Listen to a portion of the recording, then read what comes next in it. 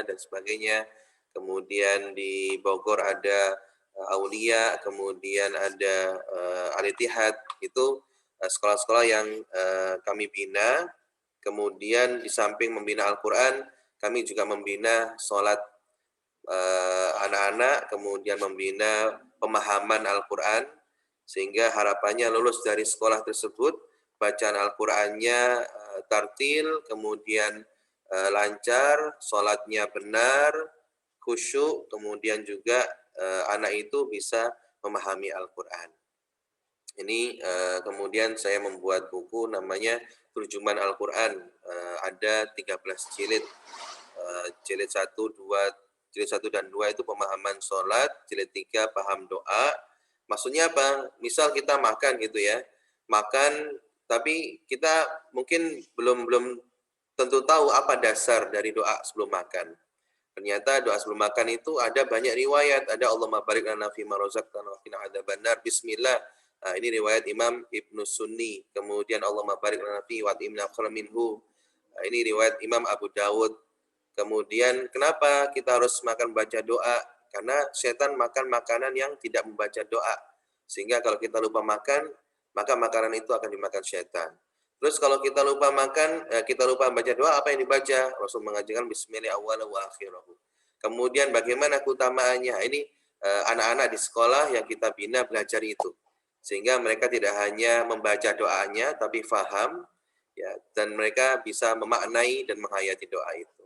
Dan insya Allah di pagi hari ini saya akan sharing tentang power of sholat. Menjadi manusia powerful atau super dengan sholat. Setuju nggak kira-kira teman-teman?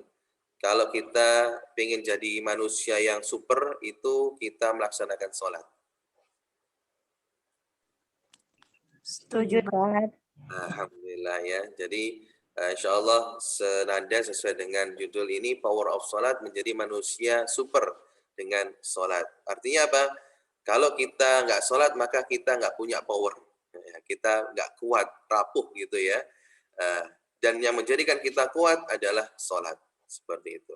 Dan insya Allah mungkin ini seri yang pertama, karena kalau dibahas, biasanya kami pelatihan di sekolah itu 3 hari, dari pagi sampai sore. Nah, ini 1 jam mungkin kita bahas tentang tujuan sholat, kemudian motivasi, kenapa sih harus sholat khusyuk. Ya, mudah-mudahan 1 jam bisa selesai membahas ini. Baik, kita lanjut ke sebuah hadis Rasulullah, ya. Selamat datang di taman surga. Dalam hadis riwayat Imam At-Tirmidzi, Rasulullah SAW menyampaikan ke sahabatnya, idza maratum bi riyadil jannah wa sahabatku, kalau kalian melewati taman-taman surga, farta'u, maka berhentilah. Masya Allah. Para sahabat pun bertanya, qalu wa ma riyadul jannah ya Rasul, apa itu taman surga? Kemudian Rasul menyampaikan, hilakut dzikr. Taman surga adalah majlis ilmu. Masya Allah, berarti saat ini kita sedang berada di taman surga. Karena saat ini kita sedang menghadiri majlis ilmu. Maka semakin sering kita menghadiri majlis ilmu, berarti kita sering berada di taman surga. Kalau sudah berada di taman surga, tinggal membuka pintu surga. Tapi kalau nggak pernah ikut majlis ilmu, tidak pernah ke taman surga, bagaimana bisa membuka pintu surga? Maka mudah-mudahan kita berdoa kepada Allah, majlis kita di pagi hari ini Allah catat sebagai majlis ilmu yang menjadikan taman surga bagi kita, dan kelak insya Allah menjadi wasilah kita dimasukkan surganya Allah, berjamaah, berkumpul bersama Rasulullah SAW. Amin, amin, ya Rabbal Alamin. Masya Allah, gimana, adem nggak?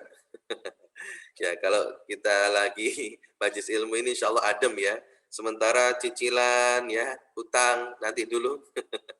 Ya, kita fokus ya menimba ilmu, Masya Allah ya. Mudah-mudahan adem hati kita, adem pikiran kita. Baik, kita masuk ke Superman ya. Ini Superman-nya lagi ngapain ini ya? Lagi pakai sarung ya. Kemudian lagi sholat ya. Setinggi apapun ya, aku tidak akan sampai surga. Ya, Masya Allah, Superman ini kan kalau kita lihat di TV itu apa? Dia itu terbang gitu ya, bisa terbang ya. Tapi setinggi apapun Superman terbang itu nggak nyampe surga, teman-teman.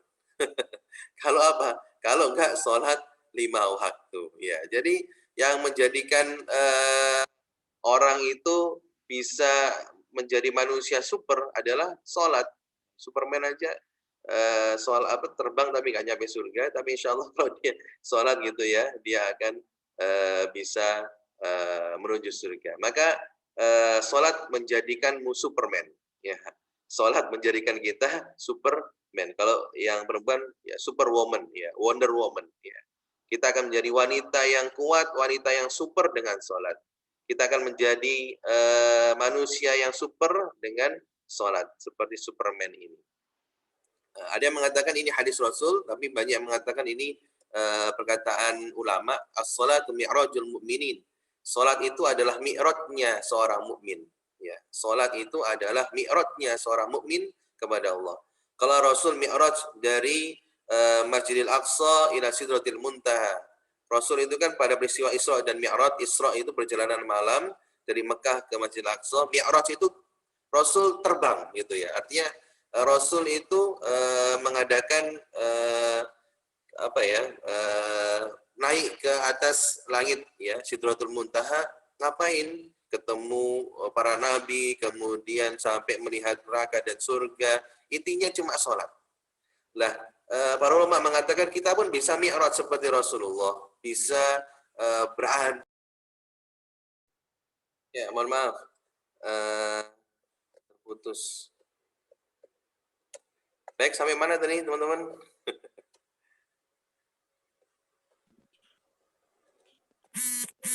Sampai mana Mbak Alfi tadi? Sampai sholat adalah mi'rajnya seorang mukmin kepada Allah. Ya, luar biasa. Sholat itu adalah mi'rajnya seorang mukmin. Kalau Rasulullah itu mi'raj dari Masjidil Aqsa menuju Sidratul Muntaha. Jadi kenapa kita harus ke Palestina dari Masjidil Aqsa? Karena Palestina atau Masjidil Aqsa itu adalah poros, ya, poros surga. Menuju surga langit.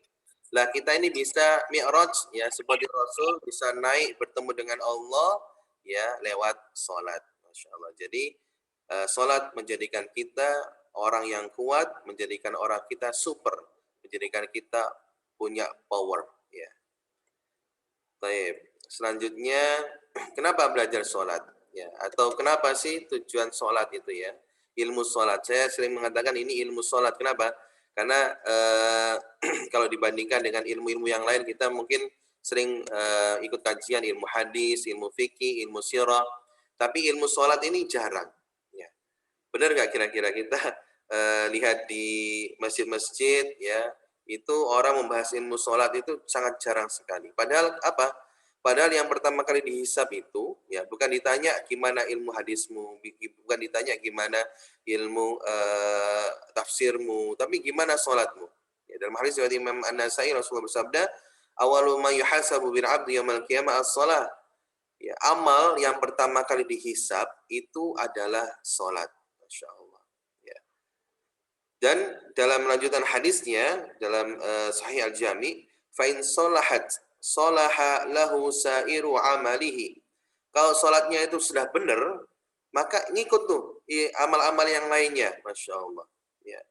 Jadi kalau sholatnya sudah dihisab, kemudian hisabnya itu baik, sudah dianggap amal-amal yang lain itu baik. Masya Allah. Tapi kalau fa'in fasada sa'iru amali, kalau sholatnya itu ketika dihisab, itu hisabnya itu buruk, ya. Sholatnya itu kurang baik, ya. Maka amal-amal yang lain pun ya akan menjadi kurang baik, Masya Allah. Jadi kira-kira penting nggak kita belajar ilmu sholat, teman-teman? Ya, penting. Penting, Ustaz. Alhamdulillah, sangat penting banget ya, karena ini menentukan gimana amal kita nanti, amal kita yang lainnya. Ya, dan ini yang pertama kali dihisab. Artinya nanti kalau kita di yaumil qiyamah ditanya ya, wahai misal Mbak Alfi gitu ya, gimana sholatmu? Itu yang pertama kali ditanya, bukan gimana hartamu, gimana dan sebagainya. Nah, insya Allah kalau kita sudah belajar ilmu sholat, ya kita bisa menjawab, ya Allah, alhamdulillah saya sudah belajar ilmu sholat, saya sudah belajar memperbaiki sholat saya. Insya Allah kita bisa menjawab itu, gitu ya. Alhamdulillah pada hari ini ya Allah takdirkan kita bisa belajar ilmu sholat. Mudah-mudahan tidak hanya hari ini saja, nanti seterusnya Ya, teman-teman bisa buka di YouTube, buka di buku ya untuk terus mempelajari ilmu sholat. Kenapa? Karena ini adalah amal yang pertama kali dihisab. Kemudian yang kedua, ya tanya kenapa. Ya, sholat adalah amal yang pertama kali dihisab. Tapi kenapa menjadi amal yang sering diakhirkan? Ya, sholat ini amal yang pertama kali dihisab, tapi nyatanya, faktanya, ya sering diakhirkan, sholatnya telat, kemudian dianggap nggak penting. Ya, contohnya saja kalau kita belajar, ya belajar misal mungkin belajar ilmu sholat ini terakhir-terakhir gitu ya. Ya, padahal ini adalah amal yang pertama kali dihisab ya. Tapi kenapa kok menjadi amal yang sering diakhirkan? Naudzubillah. Mudah-mudahan tidak terjadi pada diri kita. Kita insya Allah terus mengutamakan sholat ya, utamakan sholat gitu ya. Kalau di iklan-iklan itu, karena memang sholat itu adalah yang utama dan yang pertama kali dihisab. Ya. Baik, ini adalah motivasi yang pertama. Kenapa harus belajar ilmu sholat? Karena AP, amal pertama yang dihisab. Baik, selanjutnya, kenapa harus belajar ilmu sholat? Karena atau agar Allah memperbaiki hidup kita. Ya. Nah ini ya P yang kedua, jadi nanti saya singkat sebagai APPS, aplikasi ya. AP, kenapa kita harus sholat? Ya, karena sholat ini ada amal yang pertama kali dihisab, maka harus yang terbaik. Karena kalau sholat sudah baik, amal yang lain menjadi baik. P yang kedua adalah agar Allah memperbaiki hidup, masya Allah. Ya, kalau kita punya HP, teman-teman, kira-kira kalau rusak ditaruh ke bengkel motor atau dibawa ke counter, gitu ya. Tentunya dibawa ke counter, ke servis HP. Kenapa? Karena yang paling tahu HP adalah tukang servis HP, bukan tukang servis motor. Begitu pula kalau hidup kita ini ada masalah, teman-teman. Ya, kemana kita bawa masalah hidup ini? Ya, yang menciptakan manusia ya, kepada Allah Subhanahu wa taala. Maka masalah hidup kita ini akan selesai. Tapi kenapa sih orang itu stres gitu ya? Mohon maaf ini siapa yang akhir-akhir ini tertangkap teman-teman yang dia konsumsi narkoba karena alasannya stres. Ya, inisial NR ya, bukan MR ya, Nia Ramadhani gitu ya. Nah, dia bilang stres mengkonsumsi narkoba, padahal masya Allah hidupnya lebih enak daripada kita gitu ya. Mau makan tinggal ngomong, mau duit tinggal gesek, semuanya tercukupi. Ya, tapi kenapa kok masih stres? Ya karena rapuh jiwanya. Ya, karena dia salah membawa masalah hidupnya. Dia membawa masalah hidupnya, memperbaiki hidupnya dengan narkoba. Salah. Ya, akhirnya dia terkena masalah. Tapi kalau kita memperbaiki masalah hidup kita kepada Allah, maka fix. Ya, maka masalah itu akan selesai. Sehingga Masya Allah, kalau kita memperbaiki sholat, ya Allah akan memperbaiki kehidupan kita. Yakin. Ya, tapi kalau sholat kita bermasalah, hidup kita pasti akan bermasalah. Tinggal ada pilihan mau hidup yang baik atau hidup bermasalah. Hidup yang baik dengan terus memperbaiki sholat. Ibaratnya kita ini sholat kan berhubungan baik dengan Allah gitu ya. Kalau orang sudah hubungannya baik dengan Allah, Allah cinta nggak dengan orang itu? Allah sayang nggak? Pasti akan sayang. Tapi kalau orang yang nggak pernah sholat gitu ya, hubungannya dengan Allah itu renggang, gimana Allah akan menolong? Gimana Allah akan membantu? Maka sholat ini adalah membuat hubungan baik kita dengan Allah dan terus memperkuat hubungan kita. Ya. Misal saya kenal Mbak Alfi, kemudian Mbak Alfi terus saya silaturahim, maka insya Allah Mbak Alfi akan semakin dekat dengan saya. Begitu pula kalau kita sering bertemu dengan Allah lewat sholat, tidak hanya sholat fardu, sholat sunnah, maka Allah akan semakin dekat dengan kita. Nah, ini motivasi yang kedua, agar Allah memperbaiki hidup kita. Yang ketiga, teman-teman, karena sholat itu sebagai rasa syukur kita kepada Allah. Ya, Masya Allah di surat Al-Kautsar, Inna a'tainakal kautsar. Ya, dalam tafsir Al-Muyassar dikatakan, Inna a'tainaka ayyuhan nabi al-khair al-kathir fid dunya wal akhirah. Sebetulnya ini khitabnya kepada Nabi karena surat ini diturunkan Al-Kautsar itu ketika Rasulullah kehilangan putranya. Ya, ya. Rasul itu punya 7 anak ya, 3 laki-laki, 4 perempuan. Ya, lah putranya ini satu-satu meninggal gitu ya, hingga yang terakhir itu meninggal. Sehingga disebut di sini abetar. Abetar itu orang yang terputus keturunannya. Kenapa? Karena anak laki-laki meninggal. Tentu ya, kita khususnya sebagai laki-laki itu pengen punya anak laki-laki. Ya, kira-kira coba teman-teman tanyakan ya ke suaminya, pengen punya anak perempuan apa laki-laki? Pasti jawabannya kebanyakan pengen anak laki-laki. Kenapa? Ya, karena ya yang meneruskan keturunan dan sebagainya. Sehingga disebut al-abetar. Ya. Rasul kehilangan anaknya yang terakhir laki-laki itu disebut ya abetar, ya abetar. Orang yang nggak punya keturunan. Ya. Kemudian dibalas sama Allah, inna syani'aka wal abetar. Yang abetar itu malah yang menghinamu. Sungguhnya pembencimu, penghinamu itulah yang terputus. Terputus dari amal soleh, terputus dari anak yang soleh. Nah, surat Al-Kautsar ini diturunkan sebagai hiburan kepada Rasulullah bahwasanya Allah itu akan memberikan Al-Kautsar. Mbak Alfi ini jago bahasa Arab ini. Mbak Alfi, bahasa Arabnya banyak apa Mbak Alfi? Kafir, Ustaz. Ya Allah, mumtaz. Miyah. Ya, orang Mesir itu kalau bilang excellent itu miyah gitu ya. Kafir itu banyak. Tapi kenapa kok di ayat ini nggak menggunakan inna a'tainakal katsir, tapi inna a'tainakal kautsar. Masya Allah. Ini ada rahasianya. Al-Kautsar itu dari kata katsir ya, dan dalam ilmu nahwu ya, itu ada namanya sighah mubalaghah. Berlipat ganda, tidak hanya banyak tapi sangat banyak sekali. Masya Allah. Sehingga kira-kira pemberiannya Allah kepada kita itu banyak atau sangat banyak sekali. Ya. Atau kalau orang Jawa itu bilangnya banyak gitu ya. Banyak. Banyak ya. Sehingga pemberiannya Allah itu sangat banyak sekali. Nah terus kalau kita sudah sering dikasih sama Allah dengan pemberian yang banyak, apa yang kita lakukan? Bersyukur kan? Berterima kasih kan? Ya. Maka fasolli, ya fa di sini, ya itu fa sababiyah. Jadi bahasa Arab itu rahasianya luar biasa. Huruf itu punya makna. Seperti ba dalam Bismillah. Itu ba-nya mengandung ma'iyah. Artinya apa? Tidak hanya dengan nama Allah, tapi bersama Allah. Itu artinya Bismillah itu. Bersama Allah yang maha pengasih, yang maha penyayang. Sehingga kalau orang baca Bismillah, Allah akan membersamai dia. Tapi kalau orang mempunyai aktivitas nggak baca basmalah, Allah nggak mau bersama dengan dia. Jadi kerjaannya ya sudah kerja sendiri. Tapi kerja yang diawali dengan basmalah, kerja yang didampingi oleh Allah. Begitu pula fasolli. Fasolli itu fa sababiyah. Artinya apa?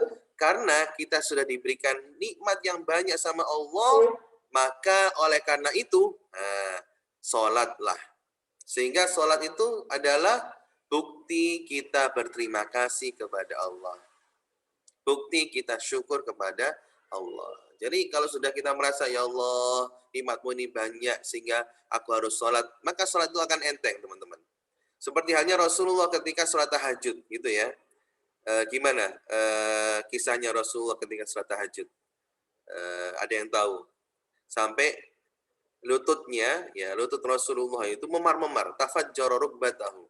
Ya, dalam hadis lututnya Rasul itu memar-memar. Lah, orang yang sholat lututnya memar itu kira-kira sujudnya lama atau sebentar? Ya, kalau mungkin agak lama kesemutan gitu ya, tapi nggak sampai memar.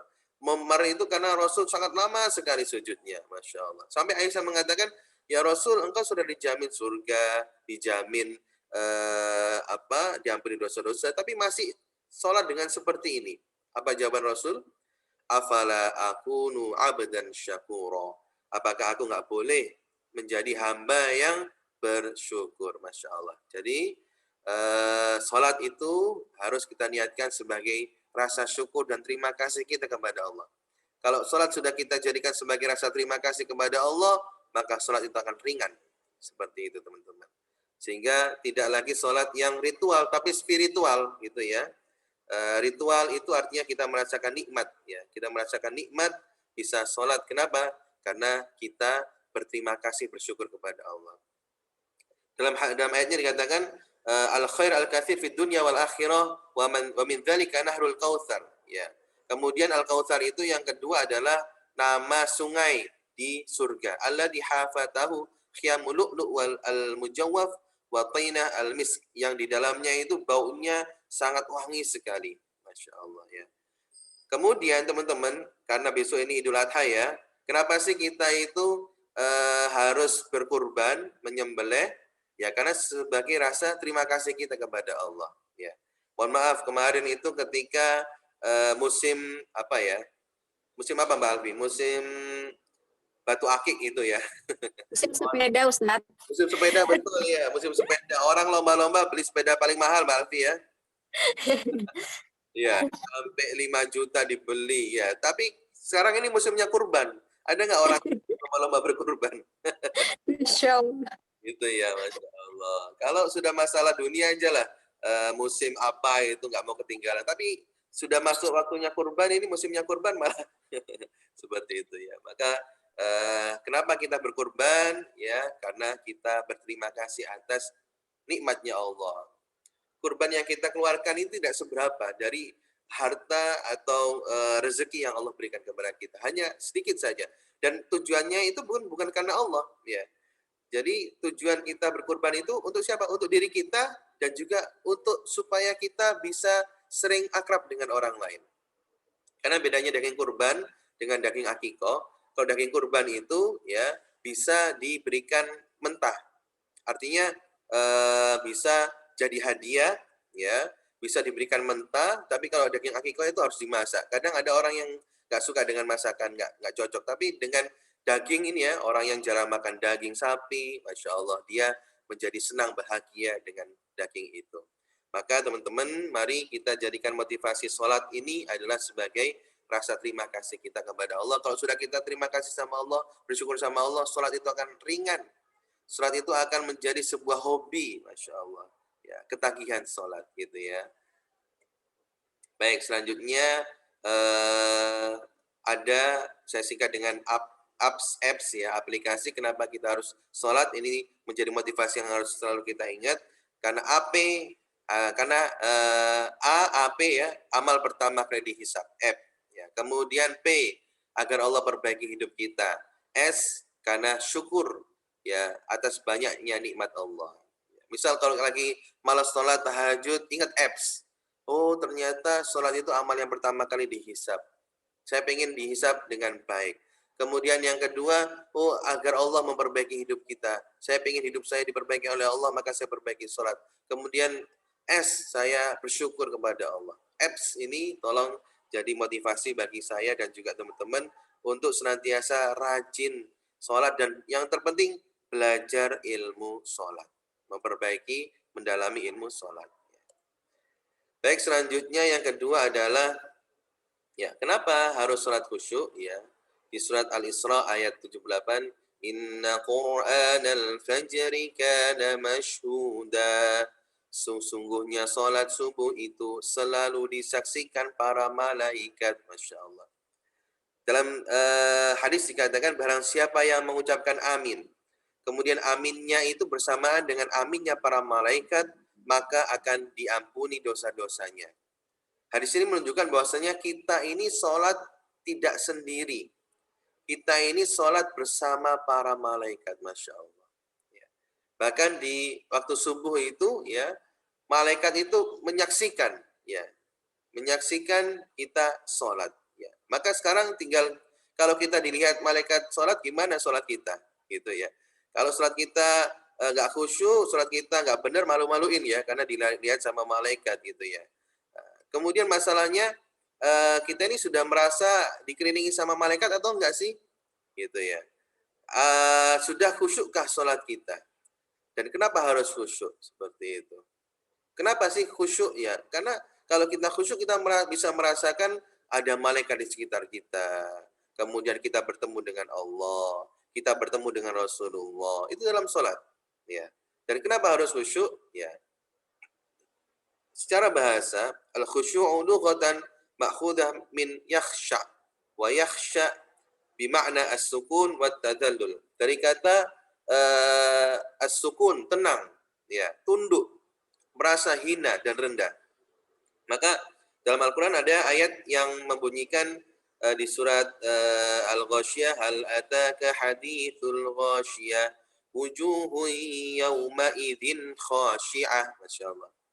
Hal ataka hadithul ghasyiyah, apakah kamu telah mendengar tentang hari kiamat?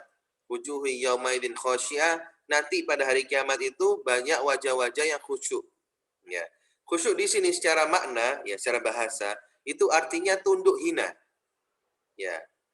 Jadi khusyuk di sini bukan khusyuk sholat ya, tapi tunduk hina. Nanti di hari kiamat ada orang yang tunduk hina. Siapakah itu? Orang-orang kafir. Amilatun nasibah, mereka sudah merasa bekerja keras, beramal banyak, tapi amalnya itu sia-sia. Maka mereka merasa apa? Merasa bangkrut, ya, merasa nyesel, ya. Itu orang yang khusyuk. Ketika hari kiamat, khusyuknya adalah khusyuk karena dia merasa menyesal. Ada juga ulama yang mengatakan orang yang nanti khusyuk ketika hari kiamat, mereka adalah orang yang nggak pernah khusyuk dalam sholat. Na'udzubillah. Orang yang nggak pernah khusyuk dalam sholatnya, nanti mereka akan khusyuk ketika hari kiamat, tapi khusyuknya itu karena tadzallul. Mereka merasa menyesal. Na'udzubillah. Maka mudah-mudahan kita tidak termasuk orang yang khusyuk ketika hari kiamat. Sehingga ketika saat ini kita hidup, kita harus khusyuk. Secara makna, ya, khusyuk itu adalah tenang dalam jiwa.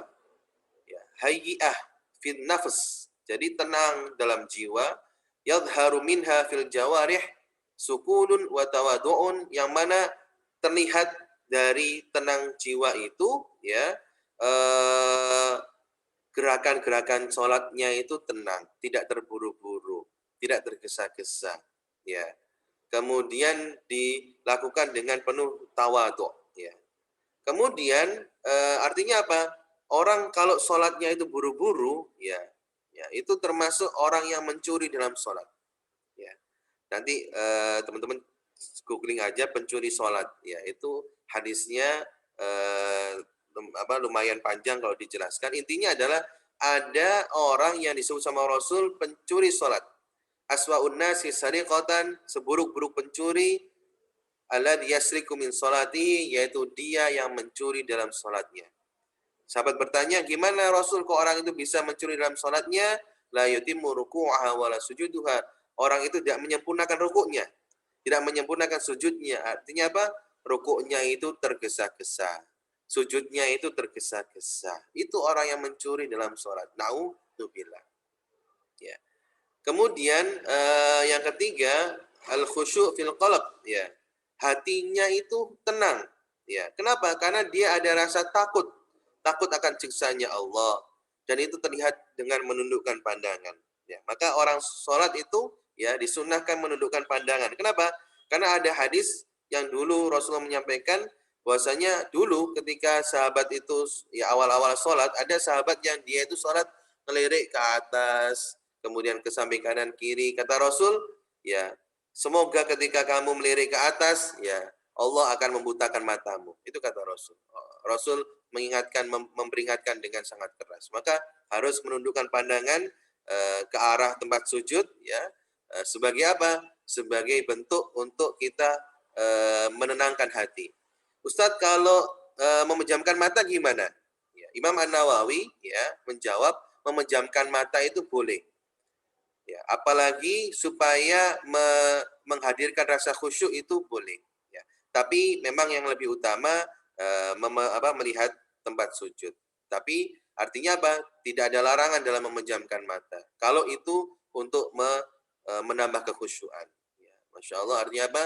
Ya, kita sholat kemudian memejamkan mata dengan menikmati apa yang dibaca, nah, itu diperbolehkan. Tapi kalau memejamkan mata kemudian ngantuk, ya ini yang dilarang gitu ya. Dan yang keempat, ya, khusyuk itu adalah apa? Merasa Allah hadir, ya, merasa bertemu Allah dalam salat. Ayatnya apa? Di surat Al-Baqarah, ya, ayat ke-45, wasta'inu bis-sabri was-salah wa innaha lakabiratun illa 'alal khashi'in watlubul 'auna, dan mintalah pertolongan ala kulli ahwalikum ad-diniyah wa dunyawiyah, tentang masalah agama, tentang masalah dunia. Dua hal caranya kita minta pertolongan kepada Allah, ya. Supaya Allah menolong kita itu dua hal caranya. Dengan sabar dan dengan melaksanakan sholat. Kalau kita ingin dibantu sama Allah, dua caranya. Dengan sabar dan dengan sholat.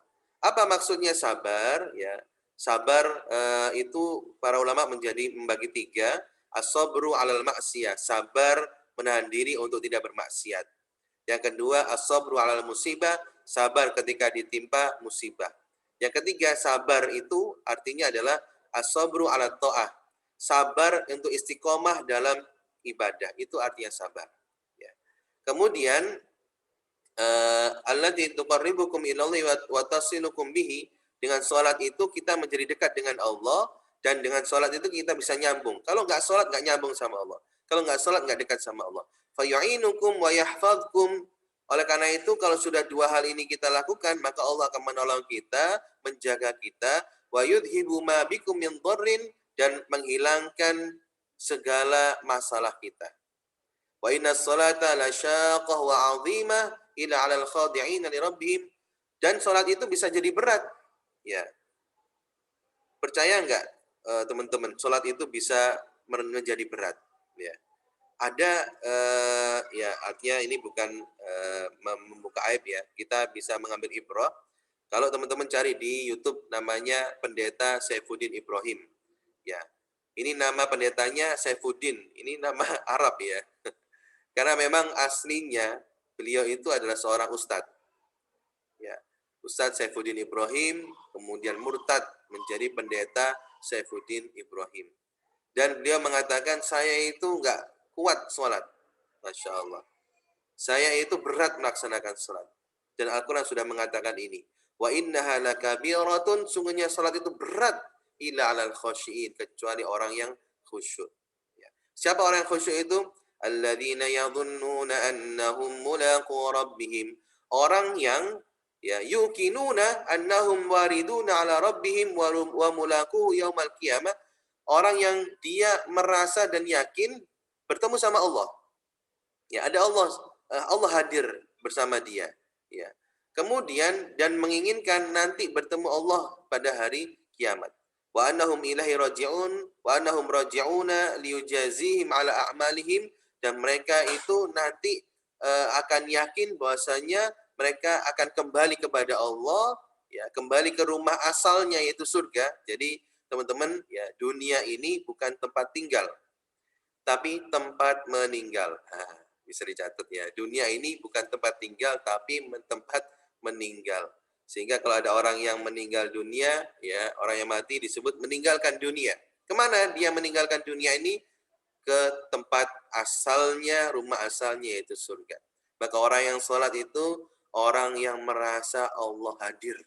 Ya. Bahkan dalam makna ihsan, anta'budullah ka'annaka tarah. Kita beribadah seakan-akan kita melihat Allah. Fa'ilam tarahu fa'innahu yarak. Kalau kita nggak bisa melihat Allah, maka rasakan kita ini sedang dilihat sama Allah. Maka orang yang khusyuk adalah orang yang ketika sholat merasa bertemu Allah. Nah, insya Allah itu akan menjadi khusyuk. Baik. Selanjutnya yaumiyat shaim al-khusyuk, ya. Berapa persen pahala salatmu? Rasulullah menyampaikan, ya. Qala sallallahu alaihi wasallam, innar rajula la yatasarrafu wa ma kutiba lahu ila asyrah salatahu. Sungguhnya seorang ketika dia selesai salat, maka ada yang ditulis 1/10 dari salatnya. Ada yang dicatat pahalanya hanya 1/9-nya saja. Ada yang dicatat hanya 1/8-nya, 1/7-nya saja. Bahkan 1/3, setengahnya. Dan yang terakhir dicatat itu cuma sedikit saja dari sholatnya. Maka berapa persen pahala sholat kita? Itu tergantung dari berapa persen tingkat kekhusyuan kita. Masya Allah. Ya. Jadi masing-masing kita itu berbeda. Ya. Pahala sholatnya. Tergantung apa? Khusyuknya. Maka kita minta dan kita ingin kepada Allah supaya sholat kita diterima 100%, bukan 10%. Dan bukan juga sholat 100% ketika tanggal 1, kemudian ketika tanggal 30 menjadi 10%, ya. Bukan seperti itu. Sholat itu bukan ada tanggal tua, tanggal muda, ya. Maka kita mohon kepada Allah, ya, semoga sholat kita diterima 100%. Nah, Supaya sholat kita diterima 100%, itu misal kalau ada kekurangan ketika sholat fardu, ditempel dengan sholat sunnah. Maka ini kenapa motivasi sholat qobliyah atau ba'diyah untuk menempel sholat-sholat kita yang kurang ketika sholat fardu. Bahkan dalam hadis dikatakan ketika seorang itu dihadirkan amal sholatnya, kemudian sholatnya ini masih belum sempurna, Allah memerintahkan kepada malaikat, wahai malaikat, lihatlah ke sholat sunnahnya. Dan itu untuk menempel daripada sholat-sholat fardunya. Masya Allah. Mudah-mudahan semua yang hadir di majlis ini, Allah terima sholatnya 100%. Amin ya rabbal alamin. Baik. Selanjutnya adalah ya, kenapa sholat harus khusyuk? Ya, ini saya singkat lagi dengan PSBC. Ya, kalau kemarin ada PSBB, ini PSBC. P yang pertama adalah karena sholat khusyuk itu perintahnya Allah. Di surat Al-Baqarah ayat 238, Hafidhu 'ala sholawati was salatil wusta wa qumu lillahi qanitin. Jagalah salat kita yang 5 ya, tepat waktu. Bi khusyu'iha, bagaimana menjaga salat itu dengan salat yang khusyuk, wa adabiha, dengan salat yang benar, rukun dan syaratnya, wala nushyilukum ad-dunya anha, dan jangan sampai ketika salat mikirnya itu dunia. Nah, ini maksud menjaga salat. Jadi menjaga salat itu ada 3 hal, yaitu menjaga salat tepat waktu, melakukan dengan khusyuk, kemudian dengan tidak memikirkan dunia. Ya, nanti ada materi takbiratul ihram. Apa sih takbiratul ihram? Dari 2 kata, takbir. Takbir itu mengumandangkan kalimat Allahu Akbar. Dalam kitab Safinatun Najah, ya, itu ada beberapa syarat dan hal-hal yang harus diperhatikan ketika mengumandangkan takbir, ya. Nanti akan kita bahas lebih detail. Di antaranya adalah takbirnya harus benar. Allahu Akbar. Tidak boleh Allahu Akbar, ada tambahan waw, salah. Tidak sah takbirnya. Nah, itu nanti akan kita bahas tentang takbir yang benar bagaimana. Kemudian ihram. Ihram itu mengharamkan. Apa maksudnya? Kalau sudah takbir, berarti haram apa yang dihalalkan. Makan dan minum. Haram ketika sholat. Termasuk yang lebih penting adalah memikirkan dunia, itu haram ketika sholat. Ya Allah Ta'ala berfirman, wa aqimis sholata li dzikri, dan dirikanlah sholat itu hanya untuk ingat aku. Ya, bukan ingat dunia lagi gitu ya. Maka ketika ihram sudah diharamkan ingat dunia, ingat Allah. Tapi masalahnya waktu sholat ini sering kali kita ingat dunia gitu ya. Nah, kenapa? Kenapa? Ya karena kita belum khusyuk. Ya, yang paling penting karena kita belum paham bacaannya. Nah, nanti di sesi yang kedua kita akan mencoba memahami bacaan-bacaan sholat, dasarnya dari mana, keutamaannya apa, kemudian ini ceritanya bagaimana. Insya Allah akan kita bahas ya. Intinya, kenapa kita harus sholat khusyuk? Karena perintahnya Allah, sholat itu harus khusyuk. Seperti itu. Kemudian yang kedua, PS ya. S adalah karena sholat itu adalah sebab sukses dan bahagia. Masya Allah. Gitu ya. Kalau orang yang punya uang banyak, itu apakah sudah dikatakan sukses? Belum. Gitu ya. Sukses itu bukan diukur dengan uang yang banyak. Tapi sukses diukur dengan ukurannya Rasulullah. Kalau seandainya sukses diukur dengan uang yang banyak, kemudian dengan terkenal, ya, dengan punya kuasa, maka Fir'aun itu sukses. Betul nggak teman-teman? Kalau sukses dengan ukuran itu, gitu ya, maka Fir'aun itu adalah orang sukses. Kenapa? Karena uangnya banyak, terkenal, punya kekuasaan. Tapi sukses dalam kacamata Rasulullah dan dalam kacamata syariat adalah orang yang salah satunya orang yang khusyuk dalam sholatnya. Alladzina qad aflahal mu'minun. Sungguh sukses orang yang beriman. Alladzina hum fi salatihim khashi'un. Siapa orang beriman yang sukses? Mereka yang khusyuk dalam sholatnya. Maka kalau saat ini teman-teman itu khusyuk sholatnya, maka teman-teman sudah berhak menyandang orang sukses. Gitu ya. Tapi kalau saat ini sholatnya masih belum khusyuk, maka belum bisa dikatakan sukses. Jadi sukses itu tergantung gimana khusyuk kita. Ya. Dan bahagia, ya. Jadi muflih, falah. Falah itu dari kata falah itu istilah daripada kebahagiaan, kesuksesan. Maka orang azan itu dipanggil untuk sukses, gitu ya. Dan azan itu bentuk perhatiannya Allah. Ya, Allah itu perhatian banget sama kita. Setiap 5 kali, ya setiap hari kita dipanggil 5 kali, diperhatikan 5 kali. Dan panggilannya itu untuk sukses, Masya Allah. Allah itu manggil kita untuk sukses. Hayya 'alas shalah, hayya 'alal falah. Ayo salat supaya falah. Falah itu sukses. Ya. Maka tanda-tanda orang yang sukses adalah mereka yang khusyuk dalam salatnya. Kemudian, ma hiya qurratu 'ainak? Apa itu pelipur atau penyenang hatimu? Ya, artinya yang bikin hati kita itu senang itu apa sih? Apakah dengan nonton drakor? Apakah dengan dapat closingan terus-menerus? Ya, ya senang mungkin ya. Memang senang gitu ya. Dapat banyak income gitu ya. Tapi ternyata ya, kalau kita mengikuti ukurannya Rasulullah, ya, kesenangannya Rasul itu apa?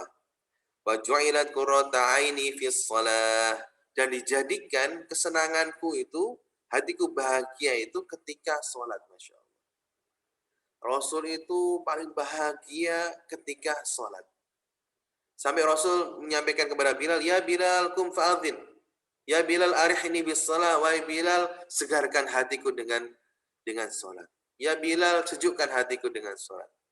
Wa ju'ilat qurratu 'aini fis shalah, dan dijadikan penyenang jiwaku, kebahagiaan hatiku adalah sholat. Wa ta'khi ma hiya qurratu 'ainik. Kemudian ada pertanyaan, terus gimana gimana bagimu teman-teman, ya, apa yang membuat hatimu senang? Apakah yang membuat hati kita senang itu mirip dengan Rasul atau berbeda? Tentunya kalau kita umatnya Rasul, ya, maka kita harus meniru Rasul, yaitu yang membuat hati bahagia itu adalah sholat. Maka kenapa sholat harus khusyuk? Supaya hati bahagia, supaya sukses. S, sukses. B, bahagia. PSB. Ya. Kemudian yang ketiga adalah C, supaya kita tidak celaka. Teman-teman, ya, kalau orang yang nggak khusyuk, maka dia itu akan celaka. Apa ayatnya? Fawailul lil musallin alladzina hum an salatihim sahun. Wail itu dalam tafsir At-Tabari dikatakan al-wadi alladhi yasiru min sadidi ahli jahannam, yaitu sebuah waduk, ya, sebuah waduk, ya, tempat air gitu ya, alladhi yasiru min sadidi ahli jahannam, ya, yang mana airnya itu mengalir, ya, dari neraka jahanam. Masya Allah. Jadi wail itu bisa bermakna sebuah tempat di neraka, ya, waduk di neraka. Kemudian wail secara makna itu artinya celaka. Wailak, kalau orang ngomong, kalau orang Arab itu nggak suka dengan orang itu bilang wailak, celaka kamu. Ya, artinya apa? Celakalah orang yang sholat. Masya Allah, orang sholat saja bisa celaka, apalagi nggak sholat. Siapa orang sholat tapi masih celaka, masih dapat neraka? Alladzina hum an salatihim sahun, orang yang lalai dalam salatnya. Ibnu Katsir menafsirkan di antara orang yang salat yang lalai dalam salatnya, al khusyu' fiha wa tadabbur li ma'aniha, orang yang tidak khusyuk dalam salatnya dan orang yang tidak menghayati apa yang dibaca. Ya, hati-hati teman-teman, ya. Nasihat untuk saya pribadi juga, ya, orang sholat tapi celaka itu siapa? Orang yang nggak khusyuk, orang yang nggak faham apa yang dibaca. Tiba-tiba sudah salam, kemudian lupa rakaat berapa tadi, ya? Saya sudah ruku atau belum, ya? Saya sudah tasyahud awal atau belum, ya? Ini dilengahkan gitu, ya. Dan memang ada setan yang dia itu tugasnya khusus untuk membuat orang tidak khusyuk. Namanya setan khanzab. Ya, apa? Khanzab, ya. Suatu saat sahabat Utsman ibnu Mad'un, ya, itu mendatangi Rasul, ya Rasul, saya itu sholat tapi nggak khusyuk. Awal-awal saya khusyuk, kemudian digoda.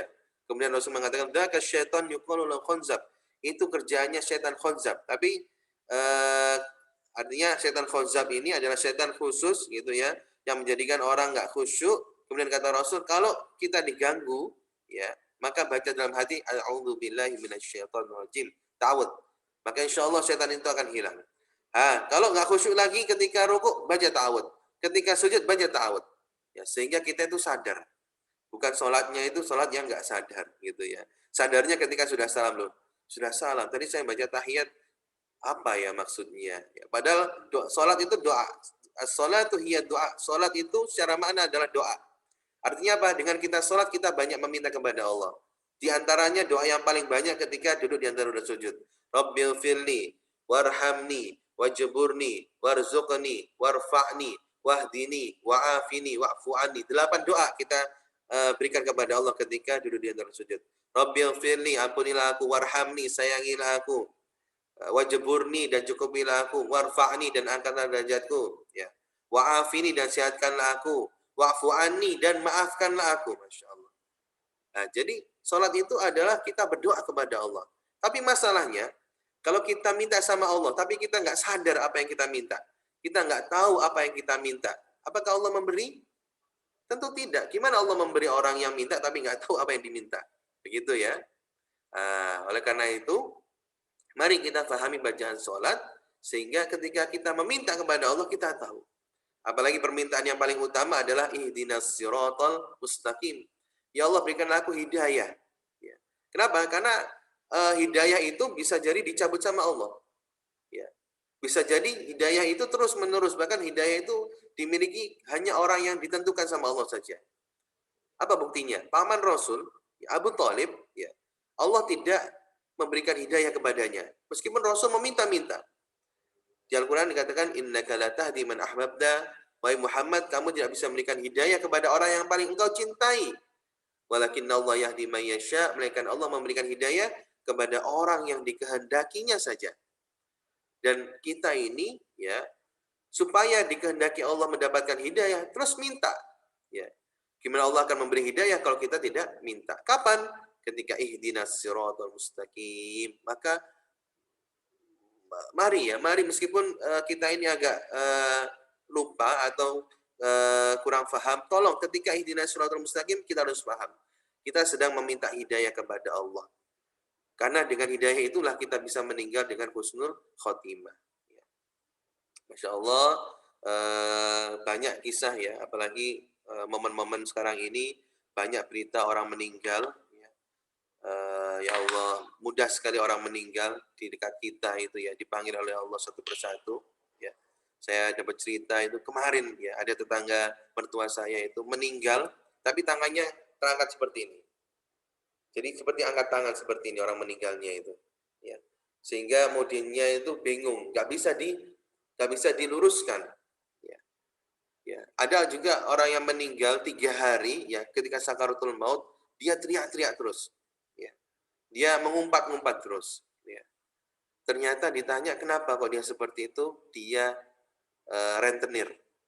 Dia seorang rentenir yang meminjamkan uang dengan riba. Masya Allah. Ya, tentu kita ingin meninggal dengan sakaratul maut yang mudah. Ya. Kemarin saya juga dapat kabar suami daripada saudara kakak ipar saya itu meninggal. Dan meninggalnya itu ketika ke rumah sakit, kemudian nunggu antrian di kursi, dia langsung meninggal begitu saja tanpa mengalami sakaratul maut yang susah. Masya Allah. Tentu kita ingin Allahumma hawwin alaina fi sakaratul maut. Ya Allah, kalaupun kita dipanggil oleh Allah, mudahkanlah sakaratul maut itu ya Allah. Ya. Baik, jadi PSBC ya. Kenapa kita harus salat khusyuk? P ya, karena salat khusyuk adalah perintahnya Allah, ya. SB karena salat khusyuk adalah sebab sukses dan bahagia. C supaya kita tidak celaka. Supaya kita tidak celaka di dunia maupun di akhirat. Orang yang jarang salat di dunia dia celaka, apalagi di akhirat, ya. Supaya kita tidak celaka, maka terus perbaiki salat kita. B, perintah Allah. SB, agar sukses dan bahagia. C. Agar tidak celaka. Maka rumus bahagia itu ya tadi salat khusyuk, sebagaimana Rasulullah menjadikan salat itu sebagai sarana membahagiakan hati. Ya. Baik, ya itu insyaallah teman-teman sekalian ya dua hal ya, dua ilmu dari ilmu salat yang mudah-mudahan menjadi motivasi bagi kita. APPS, apps itu tujuan salat. Kenapa kita harus memperbaiki salat? Agar apps. A adalah amal pertama, AP ya, amal pertama yang dihisab. Kemudian P yang kedua, bisa ditulis? Apps tadi itu. Kenapa kita harus belajar salat? Yaitu saya singkat dengan apps. AP yaitu AP yang pertama, amal pertama. P, agar Allah perbaiki hidup. Kemudian S adalah apa? Supaya kita, agar kita Bukti bersyukur. syukur kepada Allah. Bukti syukur kita, bukti terima kasih kita kepada Allah. Ya, ini mudah-mudahan jadi motivasi kita ya. Kenapa kita harus belajar ilmu sholat, memperbaiki sholat? Karena 3 hal. AP, amal pertama yang dihisab, kita ingin dihisab oleh Allah, sholat kita baik sehingga baik yang lainnya. Kemudian P, agar Allah memperbaiki hidup. Ya, tentu kita ingin hidup yang baik, maka caranya dengan kita memperbaiki sholat. S, kenapa kita harus belajar ilmu sholat? Sebagai rasa syukur kita kepada Allah. Kemudian kenapa kita harus khusyuk? Ya, tadi ada PSBC. P yang pertama adalah apa? Karena sholat khusyuk adalah P, perintahnya Allah. Jadi bukan hanya Allah memerintahkan sholat saja, tapi Allah memerintahkan wa qumu lillahi qanitin, yaitu sholat itu harus khusyuk. Sehingga perintah Allah jangan dilanggar. Ya, sholat itu harus khusyuk. S PSBC, sukses bahagia. Karena sholat yang khusyuk itu menjadikan kita sukses bahagia. Kemudian C, supaya tidak celaka dunia dan akhirat. Mudah-mudahan dua formulasi apps dan PSBC itu bisa bermanfaat untuk kita, menjadikan kita lebih semangat belajar ilmu sholat, ya, semangat untuk memperbaiki sholat, dan insya Allah ya Allah matikan kita dalam keadaan sholat. Ya Allah, indah sekali ya. Indah sekali Allah wafatkan kita dalam keadaan sholat. Seperti sahabat Umar Ibn Khattab, beliau meninggal dalam keadaan sholat. Ditusuk ya seorang musuh dari belakang, ya, kemudian beliau pun tergeletak duduk dan Masya Allah meninggal dalam keadaan sholat. Dan sebagaimana doanya Nabi Ibrahim, Rabbi ja'alni muqimas sholah, ya Allah jadikanlah aku orang yang mendirikan sholat. Wa min dzurriyyati, dan juga keluarga kami, ya Allah, keturunan kami, ya Rabbana wa taqabbal doa, ya Allah terimalah doa ini. Semoga bermanfaat dan terus istiqomah dalam belajar ilmu sholat, memahami maknanya agar sholat lebih nikmat, dan Allah memperbaiki hidup kita dengan memperbaiki sholat kita. Kira-kira teman-teman semangat untuk belajar ilmu sholat? Semangat. Masya Allah, ilmunya keren banget. Amin. Alhamdulillah ya. Mudah-mudahan ya menjadi motivasi bagi kita, khususnya saya pribadi gitu ya. Sholat kita bisa lebih baik lagi, dan ya tadi kita memperbaiki agar Allah memperbaiki hidup kita. Yakin teman-teman, kalau sholat kita sudah baik, hidup kita akan baik. Kalau saat ini hidup kita ada masalah, bisa jadi karena sholat kita belum baik. Seperti itu. Baik, mungkin kalau ada hal yang ditanyakan kita bisa diskusi. Kalau tidak, mungkin nanti kita tutup dengan doa.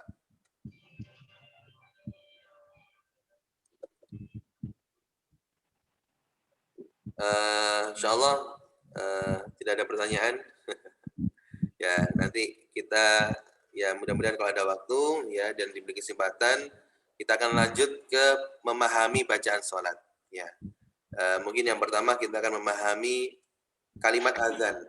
Ya, kalimat azan. Kenapa? Karena kita dipanggil sama Allah 5 kali nih. Masalahnya dipanggil sama Allah terus kita nggak tahu apa maksud panggilannya itu. Terus azan itu dasarnya dari mana sih asal mulanya itu? Masya Allah. Kemudian doa azan, apa keutamaan baca doa azan? Ternyata ya baca doa azan itu menjadi wasilah kita mendapatkan syafaat Rasulullah. Ya. Allah. Rasul itu menyampaikan man qala hina yasma'un nida, barang siapa yang menjawab adzan dan membaca doa setelahnya, maka aku halalkan baginya syafaat. Apa sih syafaat? Syafaat itu seperti kalau misal kita kena tilang gitu ya. Mohon maaf, mungkin contoh saja, Bu Ririn kena tilang itu.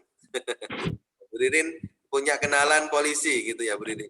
Kira-kira ketika nelpon temennya gitu, terus temennya polisi ini lolos nggak dari tilang, Bu Ririn?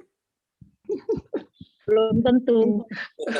Insya Allah. Kalau polisi ya Belum tentu. lolos gitu ya.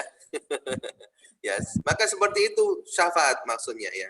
Syafaat itu bisa jadi kita disiksa sama Allah karena banyak dosa. Ya. Bisa jadi harus masuk neraka dulu. Tapi kita punya kenalan Rasulullah, ya kita ngomong sama Rasul, dapat syafaatnya Rasul, akhirnya lolos dari siksa itu. Itulah maksud syafaat. Ya, kita diselamatkan, ditolong oleh Rasulullah. Ya, itu caranya gimana? Yang paling mudah itu baca doa selawat. Allahumma rabba hadhihi ad-da'wati was-salatil qa'imah. Ati, pakai Sayyidina boleh, pakai tidak. Ati Muhammadanil wasilata wal fadilah wa ba'athu maqaman mahmudan alladhi wa'adta innaka la tukhliful mi'ad. Ini dalam hadis riwayat Imam Bukhari dan juga tambahan innaka la tukhliful mi'ad hadis riwayat Imam Baihaqi. Nah, kalau kita baca ini kata Rasul, kita dapat syafaatnya Rasul. Kenapa? Karena di doa ini kita sedang mendoakan Rasulullah. Ada yang tahu di mana bagian doa ini yang kita mendoakan Rasulullah? Ati Sayyidana Muhammadanil wasilah. Ya, ati Sayyidana Muhammadan. Itu kita sedang mendoakan Rasul. Ya Allah, berikanlah Nabi kami, junjungan kami, Nabi Muhammad, al-wasilah. Al-wasilah itu apa? Al-wasilah secara bahasa itu artinya perantara. Tapi al-wasilah yang dimaksud di sini itu tempat di surga yang khusus. Jadi Rasulullah itu pingin ya ada tempat khusus ya yang sudah Allah siapkan. Misal kalau Mbak Riri ke hotel gitu Mbak ya, itu ada kamar yang paling istimewa ya. Biasanya Presiden Suite gitu ya. Double VVIP. VVIP ya. Ini nggak Mbak dapat kamar istimewa itu. Pengen banget ya. Nah, Rasulullah itu menginginkan ada tempat yang istimewa di surga. Itu namanya wasilah. Tempat itu disebut sebagai wasilah. Dan Rasul meminta kita umatnya mendoakan. Memintakan kepada Allah agar Rasul mendapatkan itu. Ati Sayyidina Muhammadanil wasilata. Ya Allah berikanlah tempat yang istimewa wasilah itu kepada Rasulullah. Wa ba'athu maqaman mahmuda. Dan berikanlah maqaman mahmuda, tempat yang terpuji, alladzi wa'adta, yang kau janjikan kepada Rasulullah. Rasul dengan doa tersebut, maka Rasul pun berterima kasih kepada kita sehingga memberikan syafaat. Masya Allah. Ya, ini mungkin jarang kita tadabburi. Ternyata dahsyat bacaan doa setelah adzan. Masya Allah, baru tahu saya, ya Allah, begitu fikir ilmunya saya ya. Masya Allah. Ya. Terima kasih. Menjadi motivasi ya Mbak Ririn untuk kita terus belajar mengungkap rahasia-rahasia sholat gitu ya. Masya Allah. Bahkan ada murid teman-teman di Bekasi itu saya membina juga dan mengajarkan ini ke guru-gurunya. Jadi salah satu evaluasi program ini adalah ada amaliyah, tugas amaliyah. Misal anak setelah belajar doa setelah adzan, tugas amaliyahnya anak itu harus menjawab adzan, kemudian berdoa setelahnya. Nah ini kejadian anak-anak ketika di sekolah itu sebelum adzan ya itu main bola rame gitu ya. Kemudian dengar adzan mereka langsung diem, langsung berhenti gitu. Terus gurunya nyamperin loh, kenapa tadi main bola terus dengar adzan kok berhenti? Ustazah, saya belajar di ilmu turjuman gitu ya. Itu orang kalau dengar azan membaca doa dapat syafaat Rasulullah. Saya pengen dapat syafaatnya Rasulullah. Masya Allah. Anak usia SD bisa kita tanam dengan itu. Paham. Nah ini juga harus kita tanamkan ke anak-anak kita, teman-teman ya. Anak kalau dengar azan itu dijawab ya. Kemudian baca doa supaya dapat syafaat. Ya, di pondok OSB ini, di PPTQ ini, sering saya sampaikan ke santri-santri, kenapa kita harus bisa membaca Waqiah, kenapa kita harus baca Al-Mulk. Karena orang kalau melakukan ibadah, tahu alasannya, itu lebih ringan.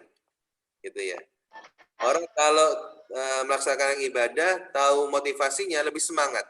Nah, maka ini yang kita ungkap rahasia-rahasia itu.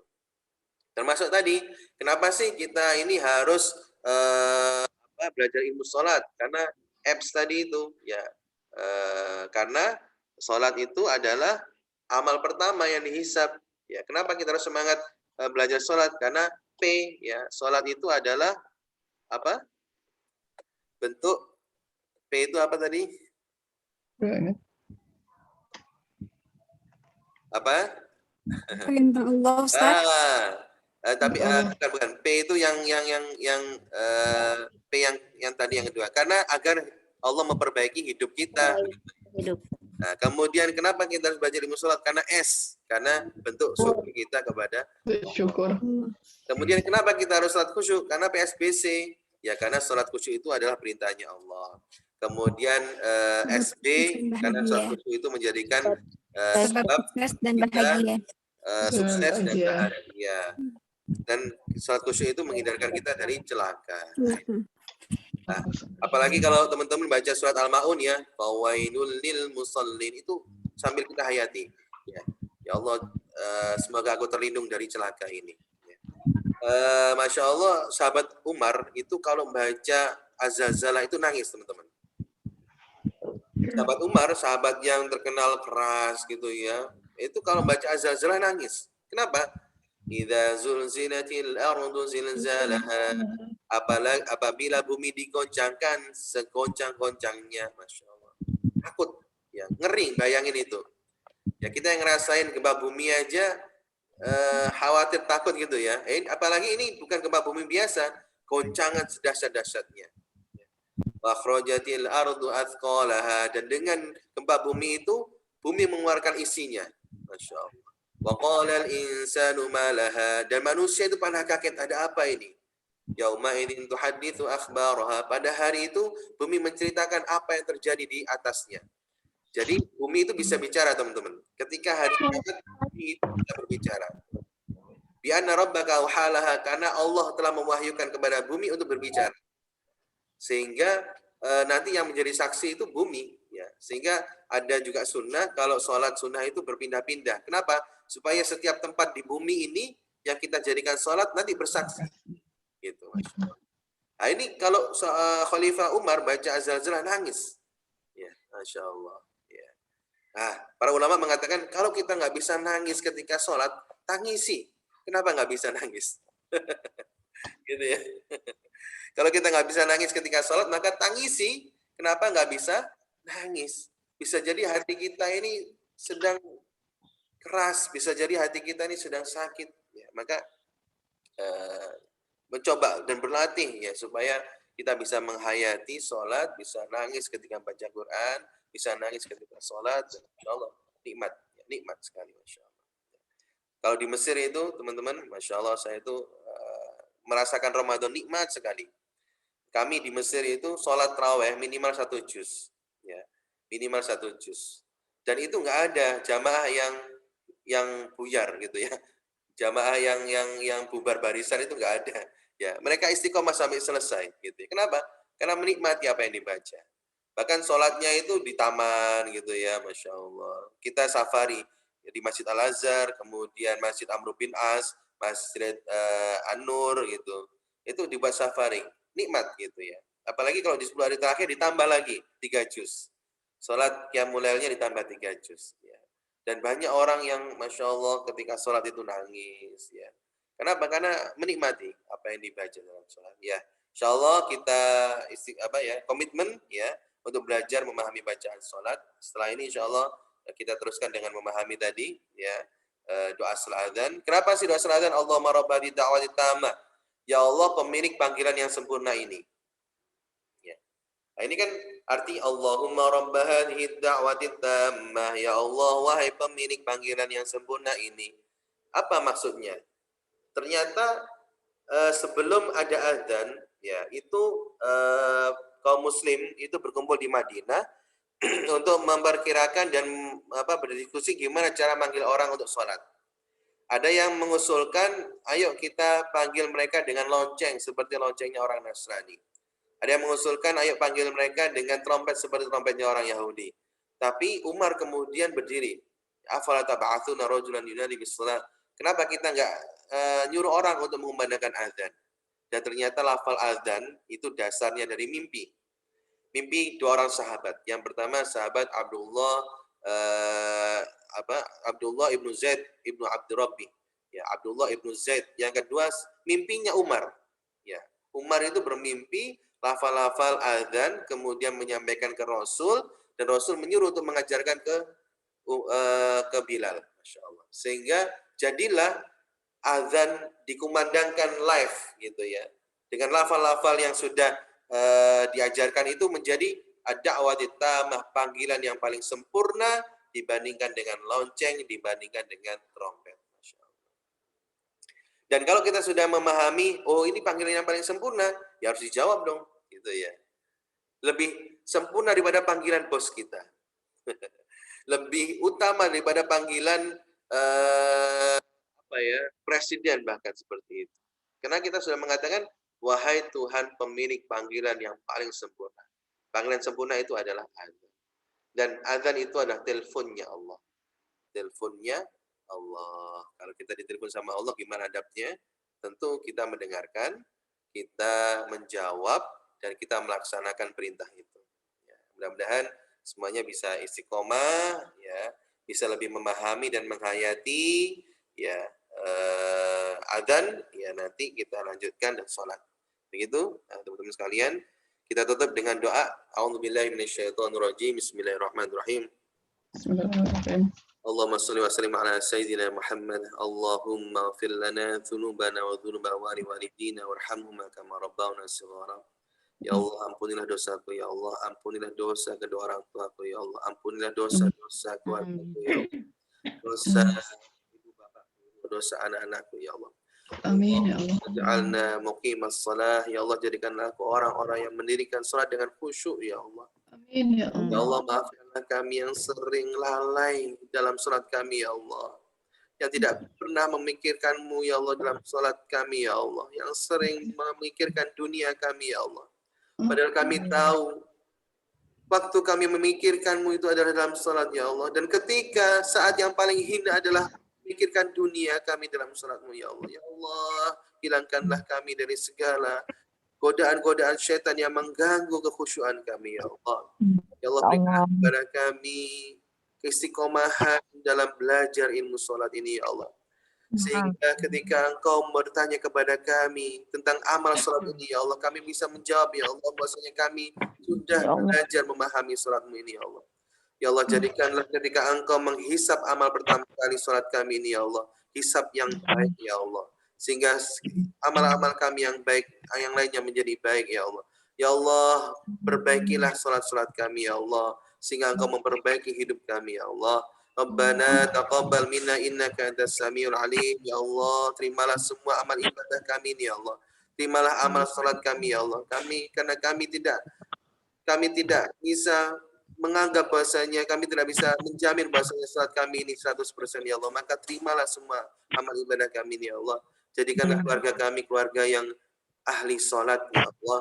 Ya Allah, kalau seandainya ada anak-anak kami, pasangan kami yang susah salat, ya Allah, berikanlah kekuatan kepada mereka untuk bisa melaksanakan salat dengan khusyuk ya Allah. Bimbinglah mereka ya Allah. Rabbana taqabbal minna innaka antas samiul alim wa tub 'alaina innaka antat tawwabur rahim. Dan maafkanlah kami ya Allah, ampunilah dosa-dosa kami ya Allah yang belum bisa khusyuk ya Allah. Maafkanlah dosa-dosa kami ya Allah yang belum bisa memikirkan-Mu dalam salat kami ya Allah. Jangan sampai Engkau tidak mau bertemu dengan kami ya Allah dengan cara menjadikan salat kami salat yang malas ya Allah. Ya Allah, kuburkanlah kami dengan orang-orang yang ahli salat, kuburkanlah kami dengan orang-orang yang saleh, dan wafatkanlah kami dalam keadaan husnul khatimah. Rabbana atina fid dunya hasanah wa fil akhirati hasanah wa qina adzabannar wa adkhilna jannata ma'al abrar. Subhanaka rabbika rabbil izzati amma yasifun Wassalamun alal mursalin walhamdulillahi rabbil alamin. Amin ya rabbal alamin. Amin. Allah. Terima kasih Ustaz. Kami Mbak Dian, Mbak Ririn, Jazakallah Ustaz Adin, ilmunya Masya Allah. Ustaz Alfi, insyaallah mudah-mudahan bisa istiqomah, nanti kita belajar lagi nggih. Amin. Maaf, Amin. ya mohon maaf apabila ada kekurangan. Kita tutup dengan hamdalah dan doa majelis. Alhamdulillahirrahmanirrahim. Subhanallah wa bihamdihi. Allahumma bihamdika asyhadu an Wa la la ilaha ilaha illa anta illa anta astaghfiruka wa atubu astaghfiruka wa atubu ilaik. Wassalamualaikum warahmatullahi wabarakatuh. Waalaikumsalam warahmatullahi wabarakatuh. Allah.